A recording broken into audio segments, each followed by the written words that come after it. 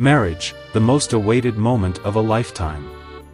But imagine if, before your big day, you had to cry for an entire month, or if you weren't allowed to use the bathroom for 3 days after your wedding.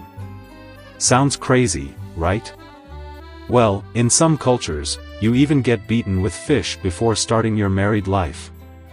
In today's video, we're diving into the weirdest, funniest, and most shocking wedding traditions from around the world.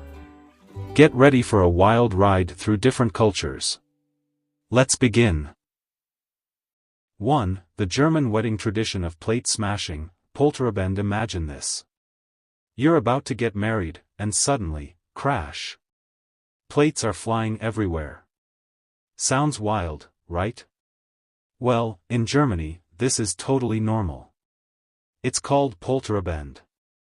Friends and family gather before the wedding to smash plates, bowls, even toilets. Why? To bring good luck and scare away evil spirits. But here's the twist: the bride and groom have to clean it up together. This symbolizes teamwork in marriage. One rule though: no glass or mirrors. Breaking those is considered bad luck. So, would you try this tradition or keep your plates safe? Let me know in the comments. 2. The forced crying wedding tradition. Imagine being told you have to cry before your wedding, not just once, but every day for a whole month. Sounds bizarre, right? Well, in some parts of China, especially among the Tujia people, this is a real wedding tradition. Here's how it works: the bride starts crying 1 hour every day a month before the wedding. After 10 days, her mother joins in. Another 10 days later, the grandmother joins, then other female relatives. By the end of the month, the crying turns into a melodic, emotional song expressing their feelings. But why all the tears? It's actually a way to show gratitude and joy, not just sadness. It symbolizes the bride's deep bond with her family. In the past, it was a protest against arranged marriages, but today, it's mostly a symbolic tradition. This practice is fading in modern cities but still exists in some rural areas. So, what do you think? Could you handle a month of wedding tears?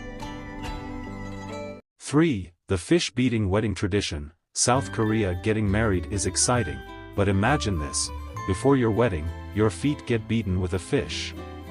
Sounds unbelievable, right? Well, in South Korea, this is actually a wedding tradition.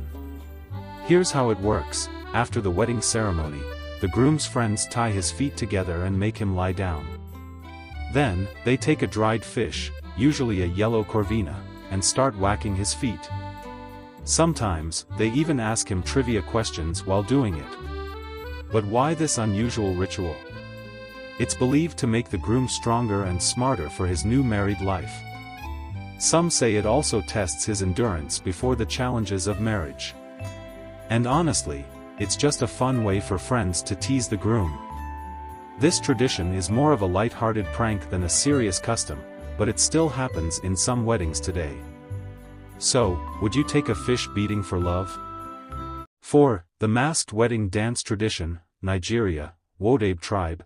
Imagine a wedding where the groom wears makeup, dances for hours, and competes with other men, all while wearing a mask. Sounds like a scene from a festival, right? Well, for the Wodabe people of Nigeria, this is an actual wedding tradition. Here's how it works: during the Jirwul festival, young men dress in bright costumes, wear makeup, and sometimes masks to enhance their looks. They perform an elaborate dance, showing off their beauty and charm. Women, including potential brides, watch closely and choose the most attractive dancer as their husband. But why all the effort? Among the Wodabe, male beauty is highly valued, and weddings are a chance to show off. The dance is a competition of charm, confidence, and stamina. Some men even steal brides from other marriages if they win.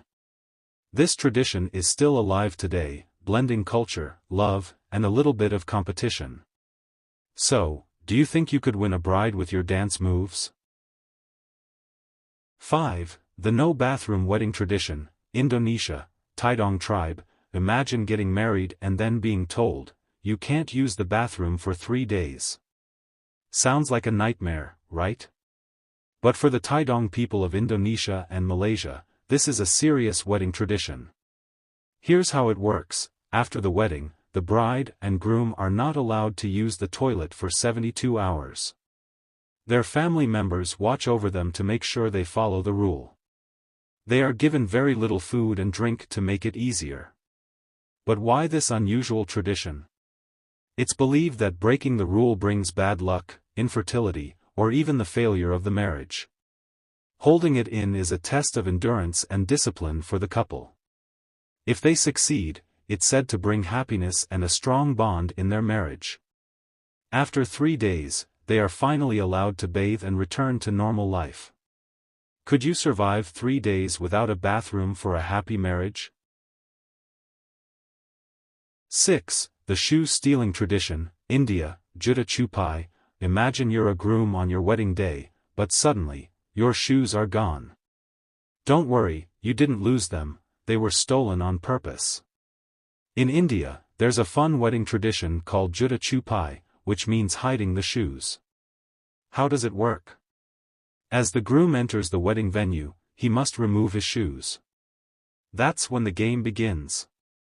The bride's sisters and female relatives try to steal and hide them. Meanwhile, the groom's friends and brothers do everything they can to protect them. If the girls succeed, the groom must pay a ransom to get his shoes back.